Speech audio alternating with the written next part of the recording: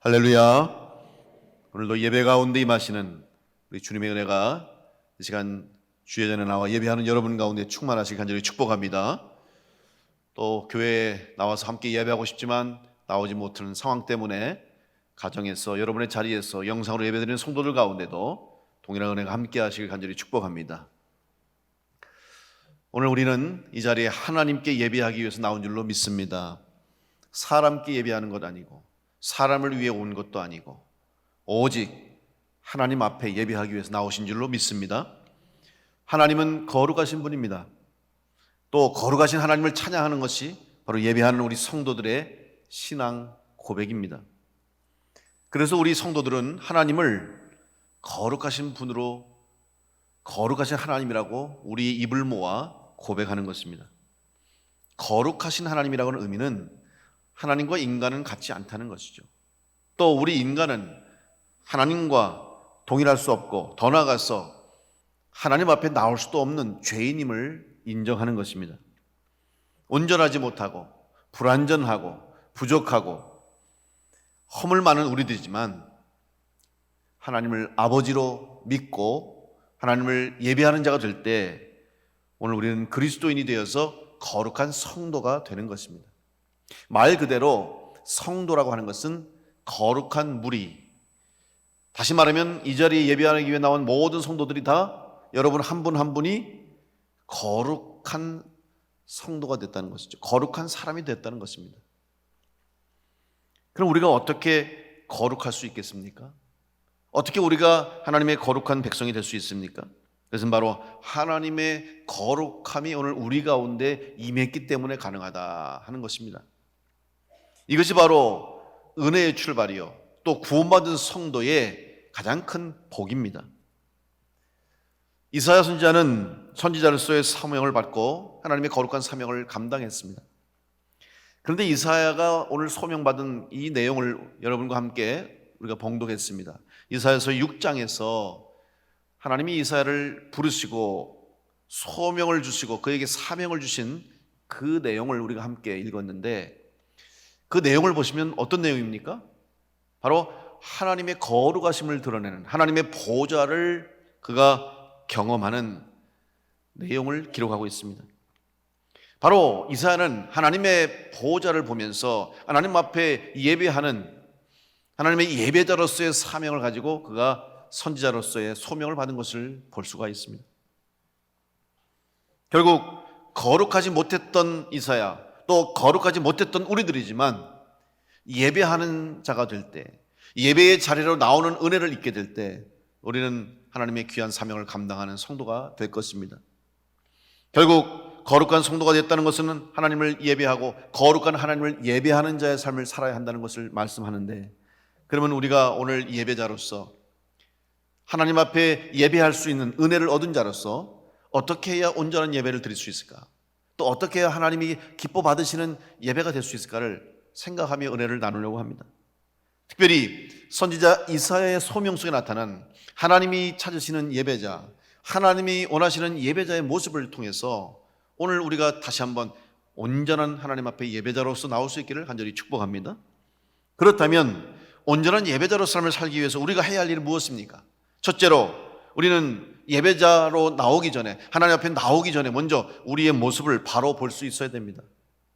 내 모습을 먼저 보고 내가 어떤 존재인지를 알고 예배해야 한다는 것입니다. 사람은 자기의 몸이 아프면 몸이 아프다는 것을 알아야 합니다. 깨달아야 합니다. 그래서 우리 몸이 정상적이지 못하고 문제가 생기면 통증을 통해서 우리에게 신호를 보내죠.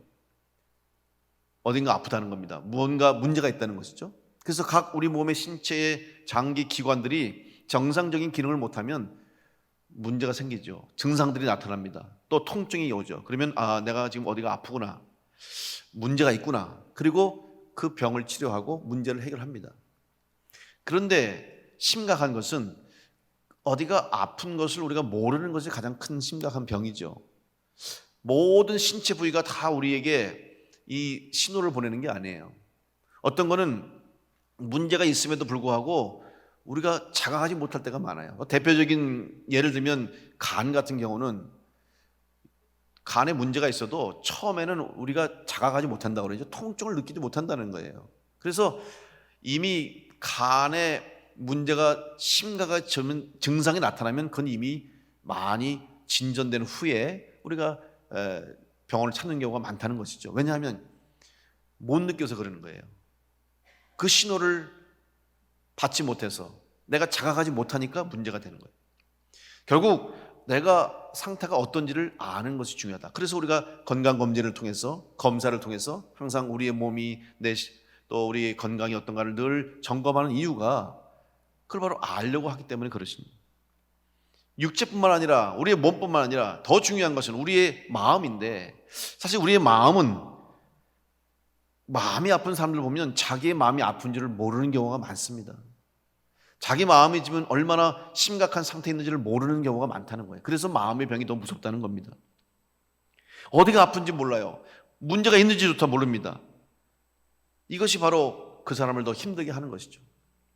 오늘 이사야 선지자가 하나님의 부르심을 받고 선지자로 소명을 받아서 사명을 감당하는데, 보통 일반적으로 선지자들이 그 선지자의 사명을 감당하는 이야기를 성경에 기록할 때 보면 대부분 첫 부분에 그 선지자의 소명 이야기를 기록해 놓는 것이 일반적입니다. 하나님으로부터 부름받은 이야기를 통해서, 부름받은 사건을 통해서 내가 이제부터 하나님의 사명을 감당하는 선지자로서 일을 하겠다고 선언하고, 또 그 하나님의 소명 사건을 기록하면서 그가 행한 일들을 성경에 기록하기가 하는 것이 일반적이죠. 그런데 오늘 이사야의 이야기를 보면, 여러분 이사야 6장입니다. 오늘 여러분과 함께 봉독한 본문의 말씀이 6장에 와서야 이사야가 소명받은 내용을 기록하고 있습니다. 다른 선지자하고 조금 다른 차이가 있어요. 보통 서두에 초반부에 이사야의 소명을 기록하는 것이 맞아요. 그런데 1장부터 5장까지 이사야 소명의 내용이 없고 6장에 와서 이사야가 소명받고 사명자가 되고 선지자가 됐다는 것을, 하나님께 부름받았다는 것을 기록하는데, 그러면 왜 그랬을까? 그것은 바로 1장부터 5장을 통해서 당시에 이사야가 활동할 당시에 유다 민족의 상황, 유다 민족의 죄악이, 그들의 처한 상황이 얼마나 심각한지를 하나님이 알게 하시려고 그 말씀을 먼저 주신 거예요. 지금 이스라엘 민족이, 유다 민족이 이렇게 지금 심각한 죄악 가운데 놓여 있다. 그럼에도 불구하고 알지 못한다는 겁니다. 이사야서 1장 2절로 6절 말씀을 보시면, 하늘이여 들으라, 땅이여 귀를 기울이라. 여호와께서 말씀하시기를 내가 자식을 양육하였거늘 그들이 나를 거역하였도다. 소는 그 임자를 알고 나귀는 그 주인의 구유를 알건만은 이스라엘은 알지 못하고 나의 백성은 깨닫지 못하는도다 하셨도다. 슬프다 범죄한 나라요, 허물진 백성이요, 행악의 종자요, 행위가 부패한 자식이로다. 그들이 여호와를 버리며 이스라엘의 거룩하신 이를 만홀히 여겨 멀리하고 물러갔도다. 너희가 어찌하여 매를 더 맞으려고 패역을 거듭하느냐? 온 머리는 병들었고 온 마음은 피곤하였으며 발바닥에서 머리까지 상한 곳이 없이 상한 것과 터진 것과 새로 맞은 흔적뿐이거늘 그것을 짜며 싸매며 기름으로 부드럽게 함을 받지 못하였도다. 여러분, 오늘 이사야서의 서두에서 하나님이 하신 말씀은 지금 이스라엘 백성 너희야 바로 알아라. 너희들이 지금 얼마나 영적으로 지금 피폐해 있고 병들었고 너희의 몸이 지금 죄악으로 상처투성이다. 이렇게 심각한 상황이 있는데 왜 모르느냐? 하나님은 안타까운 마음으로 먼저 유다 민족의 상황을 알게 하시기를 원하셔서 이 말씀을 먼저 주신 겁니다. 이 말씀은 무슨 말이냐? 결국 하나님 앞에 온전한 예배자로 나오지 못하는 것을 하나님은 안타까워 얘기하십니다. 하나님 앞에 온전한 예배자가 되어야 할 유다 민족이 하나님을 알지 못하고 또 예배하고 있다고 해도 온전한 예배가 되지 못하고 있음을 하나님은 불쌍히 여기시고 긍휼히 여기시고 안타까움과 더불어서 그들에게 하나님은 경고의 메시지를 보내주고 계신 것입니다. 하나님은 그럼 어떤 예배를 원하십니까? 하나님께서 인정하고 하나님께서 원하시는 예배가 무엇인가를 알아야 됩니다. 지금 유다 민족들이 자기들이 하고 있는 것이 무엇인지를 모르는 거예요. 그래서 하나님은 이어서 이사야서 1장 11절로 13절에 그들의 잘못된 예배를 질책하시는데, 여호와께서 말씀하시되 너희의 무수한 재물이 내게 무엇이 유익하뇨? 나는 수장의 번제와 살찐 짐승의 기름에 배불렀고 나는 수송아지나 어린 양이나 순념소의 피를 기뻐하지 아니하노라. 너희가 내 앞에 보이러 오니 이것을 누가 너희에게 요구하였느냐? 내 마당만 밟을 뿐이니라. 헛된 재물을 다시 가져오지 말라.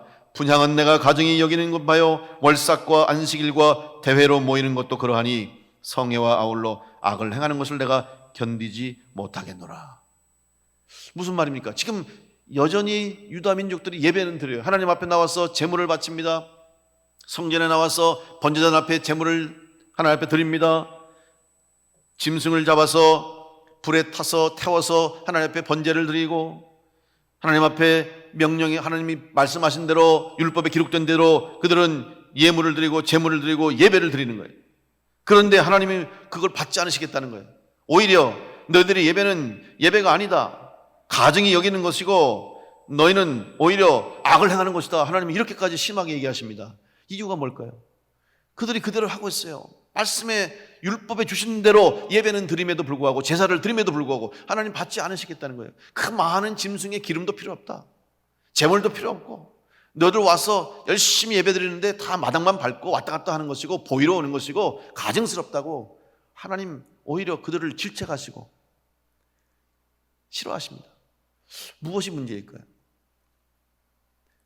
결국 온전한 예배가 지금 드려지지 못하고 있다는 것을 말씀하시는데, 그럼 왜 오늘 유다 민족들이 하나님 앞에 온전한 예배를 드리지 못함으로 하나님의 진노를 사고 하나님의 질책을 받고 하나님께서 분노하셨을까? 하나님이 원하시는 예배가 무엇일까를 우리는 알아야 되는 겁니다. 하나님이 정말로 원하시는 예배, 하나님이 또 예배를 얼마나 귀하게 여기시는가를 알기 위해서 우리는 우시야의 이야기를 생각해 봐야 됩니다. 우시야 왕은 16살 때 왕이 됐어요. 어린 나이에 왕이 됐습니다. 그런데 우시야를 하나님 평가하실 때 어떻게 평가하셨냐면 여호와 보시기에 정직하게 행했다, 이렇게 기록하고 있어요. 결국 칭찬을 받았습니다. 우시야가 16살 어린 나이에 왕이 됐지만 어린 나이에 되다 보니 그가 어떻게 했겠어요? 더 전적으로 하나님을 의지했겠죠. 지식도 부족하고 경험도 부족하고 지혜도 부족합니다. 힘도 없습니다. 하나님이 도와주지 않으면 안 됩니다라는 마음을 가지고 아마 우시야가 전적으로 하나님께 맡기고 하나님을 찾았을 겁니다.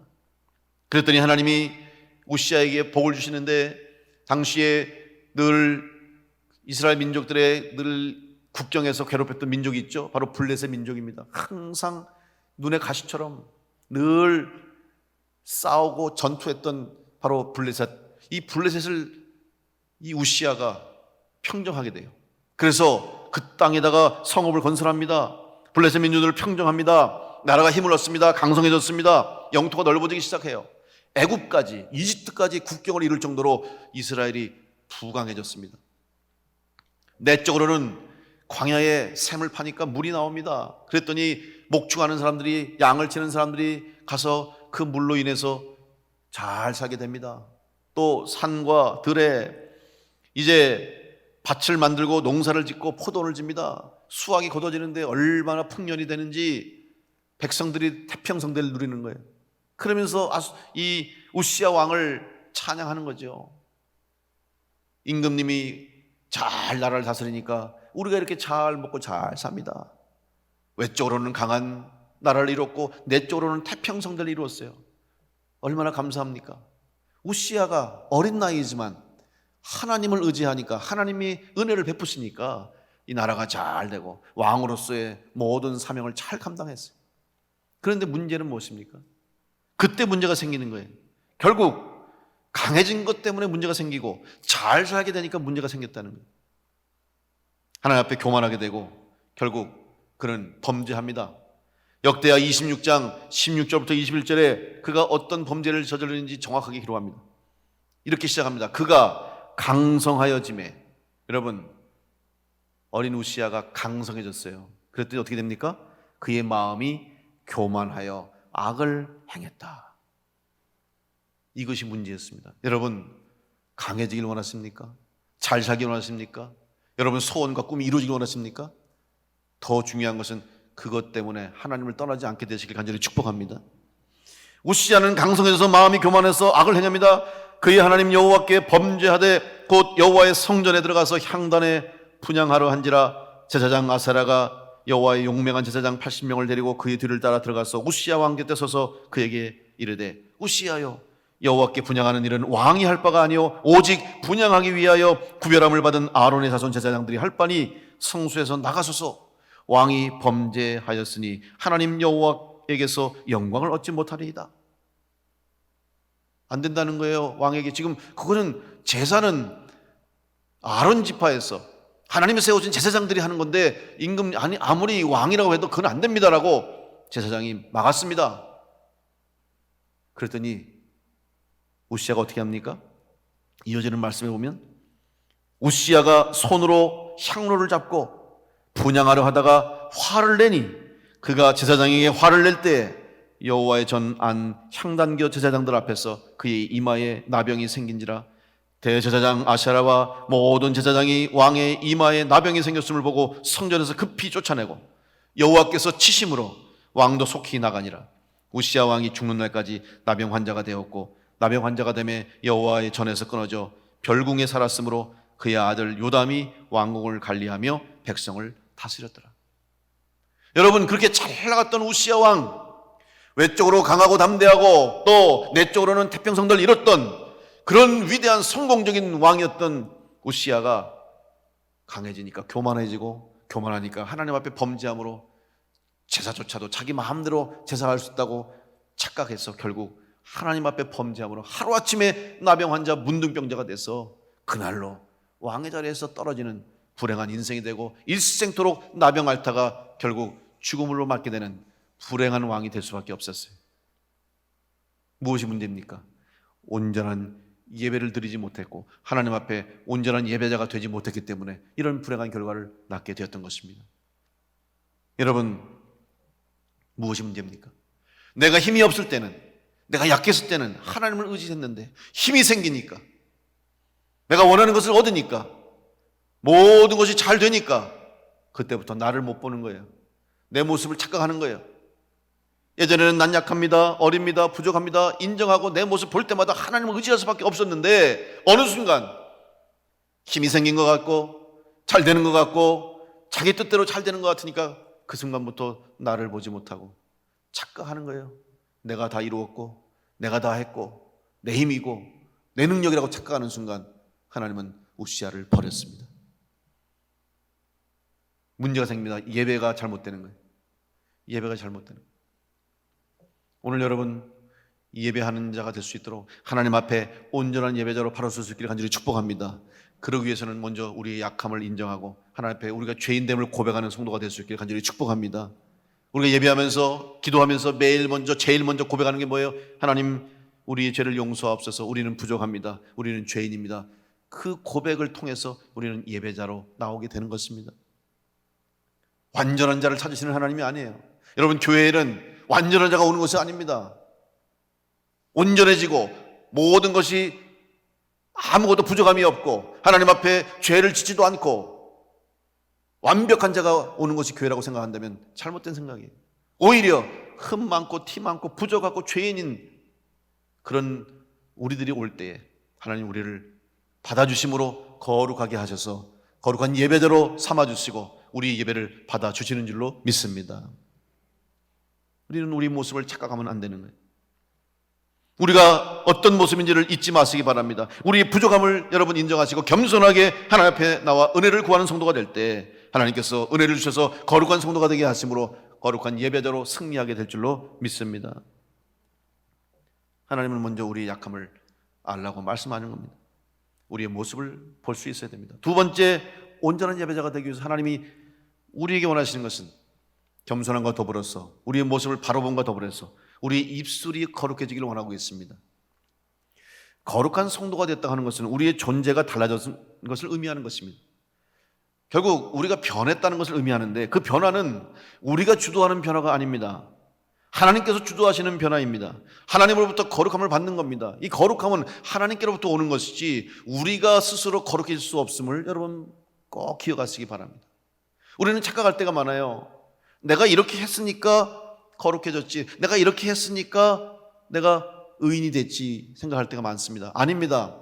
우리가 한 것이 아니요, 우리의 노력이 아니요, 오직 하나님의 은혜로, 오직 하나님의 긍휼하심으로 우리 주 예수 그리스도의 십자가의 은혜로 죄사함 받고 우리는 예배자가 된 줄로 믿습니다. 이것을 잊어버리는 순간 우리는 하나님 앞에 온전한 예배자가 될 수 없습니다. 그래서 우리는 부족하지만, 죄가 많지만, 연약하지만 은혜로 말미암아, 하나님의 거룩하신 은혜로 말미암아 우리는 거룩한 성도가 되어서 오늘 하나님 앞에 예배하게 됩니다. 그러면 거룩한 성도로 예배하기 위해서 가장 먼저 해야 할 일이 뭐냐? 바로 우리의 입을 통해서, 입술을 통해서 하나님 앞에 영광 돌리며 하나님의 이름을 찬송하는 거예요. 그 찬송의 내용이 뭡니까? 바로 거룩입니다. 오늘 이사야가 하나님의 소명을 받을 때에 그가 본 하나님의 보좌에 스랍이 있죠. 천사입니다. 천사가 날개가 6개가 있다고 그랬죠. 세 쌍이 있어요. 위에 둘로는, 두 날개로는 자기 눈을 가렸고, 또 밑에 두 날개로는 자기 발을 가렸고, 가운데 두 날개로 날았다 그랬어요. 눈을 가렸다는 것은 겸손함을 의미하죠. 하나님 앞에 난 죄인입니다, 하나님 앞에 나올 수도 없는 존재입니다를 인정한 것이고, 그리고 날개를 날면서 찬양했는데 그 찬양의 내용이 뭐예요? 거룩하다, 거룩하다, 거룩하다. 여러분, 하나님의 거룩하심을 찬양하는 것이 바로 예배자의 모습이에요. 오늘 여러분 예배할 때 거룩하신 하나님을 찬양하며 예배하는 성도가 될 수 있기를 간절히 축복합니다. 입술을 열어서 하나님을 찬양하는 거예요.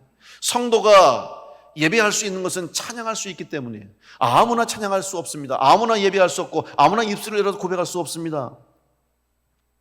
그래서 우리가 예배할 때 찬송이 빠질 수 없죠.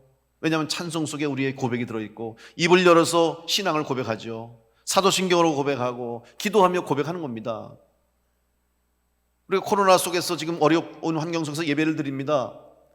그래서 되도록이면 안전하게 성도들을 보호하기 위해서 우리도 정부의 방역 지침을 지키고 열심히 안전하게 철저하게 소독도 하고 뛰어앉기도 하고 이러면서 우리가 지금 예배를 드리잖아요. 대부분의 교회가 그렇게 드립니다. 그런데 일부 교회와 성도들이 실수하고 또 그걸 지키지 못해서 교회에서 종종 이렇게 코로나가 전파되고 또 확산되는 경우도 있어요. 그렇다고 모든 교회와 성도들을 그렇게 일방적으로 몰아서 마치 교회가 뭐 코로나를 전염시키고 코로나를 확산시키는 코로나의 바이러스의 온상인 것처럼 교회를 매도해서는 안 됩니다. 정말 그렇게 코로나가 우리 교회를 통해서 심각하게 위험한다면, 아니 백신을 교회부터 놔줘야지 왜 교회는 안 놔주는지 모르겠어요. 목사들부터 놔줘야 되는데 목사들은 쳐다도 안 보는 것 같아요. 앞뒤가 달라요. 좀 불만이 많습니다. 여러분, 근데 제가 지난번에 여러분 말씀드렸듯이 어쨌든 저는 여러분의 안전을 위해서 우리 교회가 좀 본이 되기 위해서 철저하게 좀 되도록이면 안전하게 예배드리려고 지키고 있는데, 한 번은 그런 지침이 내려왔어요. 좀 충북 지역에 확진자가 늘어나니까 예배를 드리되 찬송하지 말라고, 그런 제가 광고 드린 적 있죠. 찬송하지 말라고 그러더라고. 나는 그거 받아보는 순간에 내가 얼마나 화가 나는지 몰라요. 차라리 예배를 드리지 말라고 그러지. 아니 예배를 드리는데 찬송하지 말래? 그 입을 열지 말라는 거잖아요. 그게 무슨 예배가 됩니까? 내가 그 지침을 받자마자 내가 당장 전화했어요. 기독교연합회장 전화해가지고 빨리 이거 항의하라고. 그 도청에서 내려왔습니다. 내가 직접 도청에 그 문화관가에 거기다 전화했어요. 담당자한테. 그랬더니 담당자도 할 말이 없다고, 맞다고 그래. 그러면 고치라고 그랬더니 자기는 힘이 없대요. 힘 있는 사람한테 얘기하라고. 전화 많이 했습니다. 일주일 만에 바꿨어요. 여러분, 찬송하지 못하고 어떻게 예배를 합니까? 성도들이 오늘 예배하러 왔는데, 만약 이 중에 오늘 여러분 예배하는데 여러분 찬양 안 한 분 있으면 그 사람은 예배 안 드리는 겁니다. 입을 열어서 하나님의 이름을 고백하지 못하고 신앙 고백 못하고, 여러분 이단들이 사도신경 안 한다잖아요. 왜? 자기들이 그걸 믿지 못하니까 안 하는 거 아니에요. 찬송 못하는 사람 문제 있는 거예요. 여러분, 어떻게 예배하는 사람이 찬송을 안 합니까? 찬송해야죠. 제가 처음 목회 나갔을 때 그런 경험했어요. 간증한 적도 있습니다만은 처음 부흥회를 했어요, 교회에서. 그리고 강사님 모시고 부흥회 잘 마치고 마지막 날, 마지막 저녁 시간에 이제 찬송 하면 강사님 축도로 부흥회가 끝나는 거예요. 그래서 이제 마지막 찬송 몇 장 부르시고 강사님 축도하심으로 부흥회 마치겠습니다. 그리고 이제 찬송하려고 반주가 나오는데 갑자기 앞에 있는 그 세 가족 처음 나온 얼마 나오지 않은 초신자 여자 성도가 있는데 갑자기 그분이 전사님 손을 드는 걸 찬양하려고 그러는데, 그래서 왜 그러냐 했더니 선사님 이상해요. 내가 입을 못 열겠어요. 찬송하려고 하면 입이 안 떨어져요. 문제가 생긴 거예요. 큰일 났다. 강사님이 알겠다 그러고 찬송하자 그러고 찬송을 시키면서 그 여자 성도의 머리에 손을 얹고 기도하니까 갑자기 이 여자가 눈이 돌아가더니 막 그냥 악령이 씌어가지고 소리를 지르고 뒹굴면서 강사님 넥타이를 막 잡고 난리가 났어요. 여러분, 마귀가 사단이 가장 원하는 일이 뭔지 아십니까? 성도로 하여금 찬송 못하게 하는 거예요. 왜? 찬송 못하면 하나님을 예배할 수 없기 때문에 그래요. 여러분 입술에서 하나님을 찬양하는 일이 끊어지지 않게 되시길 간절히 축복합니다. 혹시 여러분의 입에 요즘 찬송 소리가 줄어들고 있습니까? 여러분의 입술에서 기도 소리가 줄어들고 있습니까? 여러분의 입술에서 하나님 앞에 감사하는 소리가 줄어들고 있습니까? 위기가 왔음을 깨닫고 다시 한번 여러분 기도하시고 찬양하는 가운데 하나님 앞에 온전한 예배자로 바로 서기를 간절히 축복합니다. 입술을 거룩하게 하셔서 하나님 앞에 찬양하게 하기를 원하십니다. 우리의 입술에서 하나님을 찬양하는 소리가 나와야 되고 우리의 입술에서 하나님 거룩하시다는 고백이 나올 때 우리는 온전한 예배자로 하나님 앞에 예배하게 될 줄로 믿습니다. 그런데 우리의 입술에서 하나님을 찬양하는 것보다 세상 사람들이 하는 것처럼 세상의 이야기로 가득 차고 세상의 더러운 이야기로 가득 차고 남들 흉을 보고 다른 사람들의 허물을 이야기한다면 어떻게 우리가 거룩한 성도로 예배할 수가 있겠습니까? 하나님과의 관계를 유지하는 것, 그것이 바로 예배자로 삶을 사는데, 여러분 하나님과의 관계가 유지된다는 것은 우리의 삶이 구원받은 성도로 삶을 지켜나가는 거예요. 그래서 하나님이 우리에게 어떻게 하면 온전한 예배자로 살아갈 수 있냐를 알려주시기 위해서 법을 주신 거예요. 여러분, 법을 지켜서 거룩해진 것이 아니라, 법을 지켜서 구원받은 것이 아니라 하나님의 은혜로 구원받았기 때문에, 하나님의 은혜로 거룩해졌기 때문에 이 거룩함을 유지하기 위해서 하나님의 법을 주신 거예요. 착각하면 안 돼요. 우리는 내가 법을 지켰으니까, 율법대로 행했으니까 거룩해졌다라고 생각하는데 아닙니다. 그 율법이 우리를 거룩하게 만든 것이 아니고 그 율법을 지켰기 때문에 내가 거룩한 성도가 된 것이 아니라 거룩한 성도가 되었기 때문에 이 거룩함을 유지하기 위해서 율법을 주신 거예요. 그래서 그 율법을 지켜야 할 이유가 거기에 있는 거죠. 그 율법의 특징이 뭐예요? 레위기를 보시면 레위기에 두 개의 주제가 있습니다. 하나는 속죄, 우리의 죄를 사함받게 하신 거 하나님의 은혜다. 또 하나는 거룩, 속죄함 받은 성도로 거룩한 삶을 살기 위해서 어떻게 할 것인가를 알려주신 거예요. 그래서 그 법을 지켜야 하는 거예요. 그러면 레위기의 핵심 주제가 뭔지 아십니까? 너희가 이렇게 하면 거룩해진다, 이게 아닙니다. 레위기의 핵심 주제는 하나님이 내가 거룩하니 너희도 거룩하다, 이게 주제예요. 레위기 11장 44절로 45절에 나는 여호와 너희의 하나님이라 내가 거룩하니 너희도 몸을 구별하여 거룩하게 하고 땅에 기는 길짐승으로 말미암아 스스로 더럽히지 말라. 나는 너희의 하나님이 되려고 너희를 애굽 땅에서 인도하여 낸 여호와라. 내가 거룩하니 너희도 거룩할지어다. 우리는 하나님의 은혜로 거룩한 성도가 된 줄로 믿습니다. 그렇다면 거룩한 성도가 된 우리들은 그 증거로 우리의 입술부터 달라져야 돼요. 무엇으로 우리의 변화를 증거할 수 있습니까? 무엇으로 우리가 변화됐다는 걸 알릴 수 있습니까? 우리의 입에서부터 변화가 일어나야죠.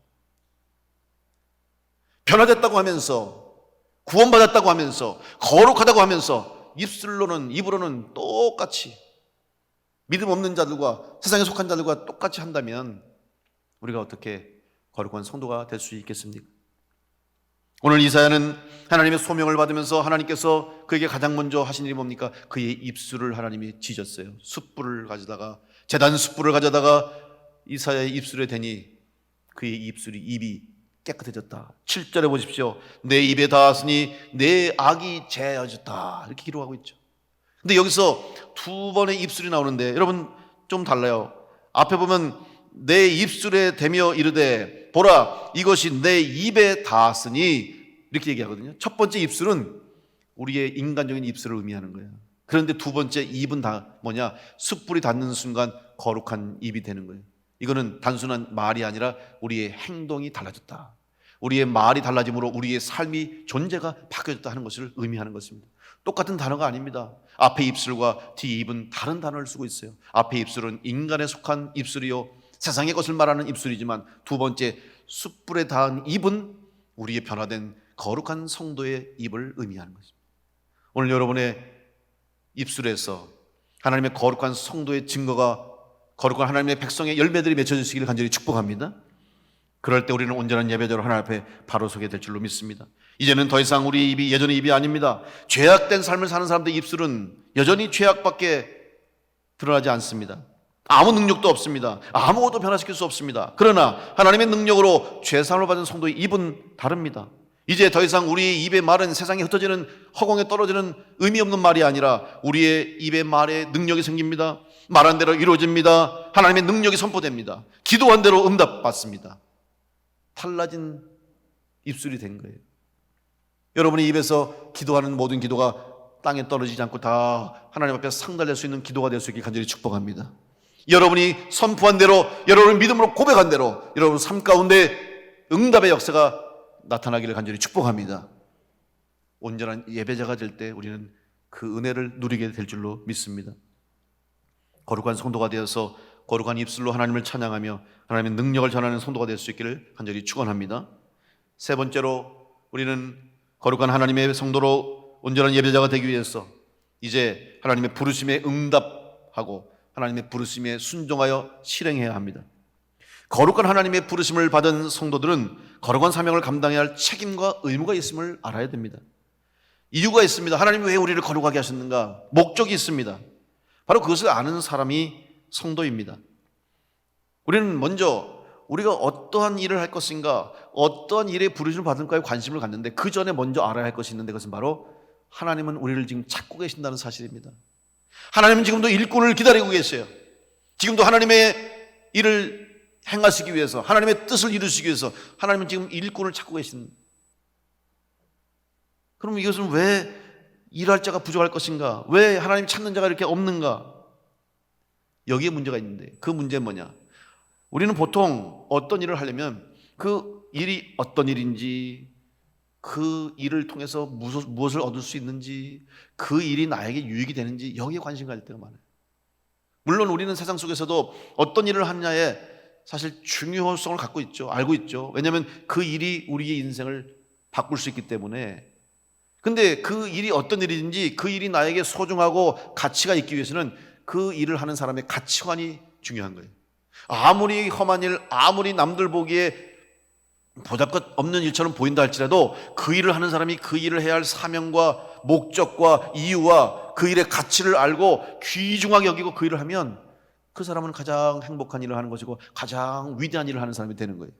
반대로 아무리 좋은 일을 하고 남들이 다 부러워할 만한 일을 한다 할지라도 그 사람은 그 일을 사랑하지도 않고 그 일이 얼마나 귀한지도 모르고 그 일을 하고 싶지도 않고 어쩔 수 없어서 억지로 한다면 그 사람처럼 불행한 사람이 없는 거예요. 오늘 하나님께서 우리에게 일을 주시기 원하십니다. 사명을 주시기 원하시는데 우리는 하나님의 사명보다 그 일이 어떤 일입니까? 그 일을 왜 해야 됩니까? 그 일이 나에게 유익이 됩니까? 여기에 관심이 있어요. 하나님이 원하시는 건 그게 아닙니다. 오늘 이사야에게 하나님이 내가 누구를 보내며 누가 우리를 위해 갈 거라고 할 때 이사야가 뭐라고 그랬어요? 하나님, 그럼 그 일이 어떤 일입니까? 어떻게 해야 됩니까? 어디로 가야 됩니까? 이렇게 묻지 않았어요. 주여, 내가 여기 있나이다. 나를 보내소서. 여러분, 이사야의 관심은 하나님의 일을 어떤 일인지 하나님의 일을 한다는 것에 관심을 뒀고 하나님의 일을 한다는 것이 가치 있는 것을 알았지 그 일이 나에게 어떤 유익이 되는지 그 일이 나에게 어떤 도움이 되는지를 바라보지 않았어요.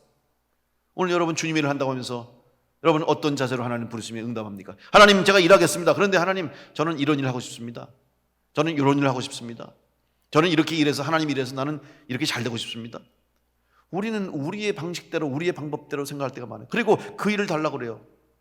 하나님의 관심은 그게 아니에요. 어떤 일이든지 하나님이 주시는 일, 하나님이 필요하신 일, 여러분 우리보다 우리를 더 잘 아시는 하나님께서 우리를 필요하신 대로 쓰실 텐데 우리는 내 생각대로 되길 원해요. 내가 하고 싶은 대로 하길 원해요. 그러니까 하나님의 뜻과 안 맞는 거예요. 정말 여러분이 하나님의 일꾼으로 하나님의 쓰임받는 성도로 부름받고 응답하고 순종하기 위해서 오늘 이사야처럼 하나님, 내가 여기 있습니다. 저를 필요한 곳에 보내소서라고 하나님의 부르심에 응답할 때 하나님 여러분에게 필요한 은혜를 주시고 그 일을 위해서 필요한 능력도 주시고 그 일을 위해서 필요한 건강과 물질까지도 허락해 주실 줄로 믿습니다. 근데 우리는 어때요? 하나님, 저는 이런 일을 하기 위해서 필요하니 물질 주십시오. 이런 일을 하기 위해서 필요하니 하나님 이렇게 주세요. 하나님의 방법과 생각과는 달라요. 하나님의 부르심에 온전히 순종하는 이사야처럼 여러분 어떤 일을 행하실지, 어떤 역사를 이루실지 기대하는 마음을 가지고 하나님께 전적으로 맡기고 순종하면서 하나님 부르심에 나를 보내주옵소서. 주님, 내가 여기 있습니다. 온전히 드려지는 성도가 되어서, 온전한 예배자가 되어서 하나님의 쓰임에 합당하게 쓰임받는 복된 성도를 될 수 있기를 간절히 축복합니다. 우리는 오늘 하나님 앞에 온전한 예배자가 되어야 합니다. 여러분, 매주일 드리는 예배가 그저 마당만 받는 예배가 되지 마시고, 하나님이 싫어하시고 가증히 여기시는 예배가 되지 마시고, 정말 하나님이 찾으시는 예배, 하나님이 기뻐하시는 예배, 하나님이 원하시는 예배가 될 수 있도록 우리의 모습을 바로 알고 우리의 부족함을 인정하고 겸손하게 나와 무릎 꿇고 죄를 회개하고 은혜를 구함으로, 은혜를 받음으로 거룩한 성도가 되어서 하나님 앞에 다시 한번 하나님이 기뻐하시는 예배자로 입을 열어 찬양하며 변화된 성도의 삶을 살아가고 입으로 간증하고 여러분의 삶으로 구원의 열매를 맺으며 살아가는 성도가 될 때 하나님이 여러분의 예배를 받아 주실 줄로 믿습니다. 이제 여러분을 찾고 계신 하나님의 부르심에 응답하시고 그 하나님의 부르심에 합당하게 쓰임하는 성도가 되어서 하나님의 영광 가운데 성도의 사명을 잘 감당하는 모든 성도가 되어서 우리 하나님을 기쁘시게 하는 거룩하신 하나님의 이름을 높이고 거룩한 성도로 이 땅 가운데 승리해서 하나님 앞에 섰을 때 잘했다 칭찬받는 승리하는 모든 성도들 다 될 수 있기를 간절히 축원합니다. 기도하겠습니다.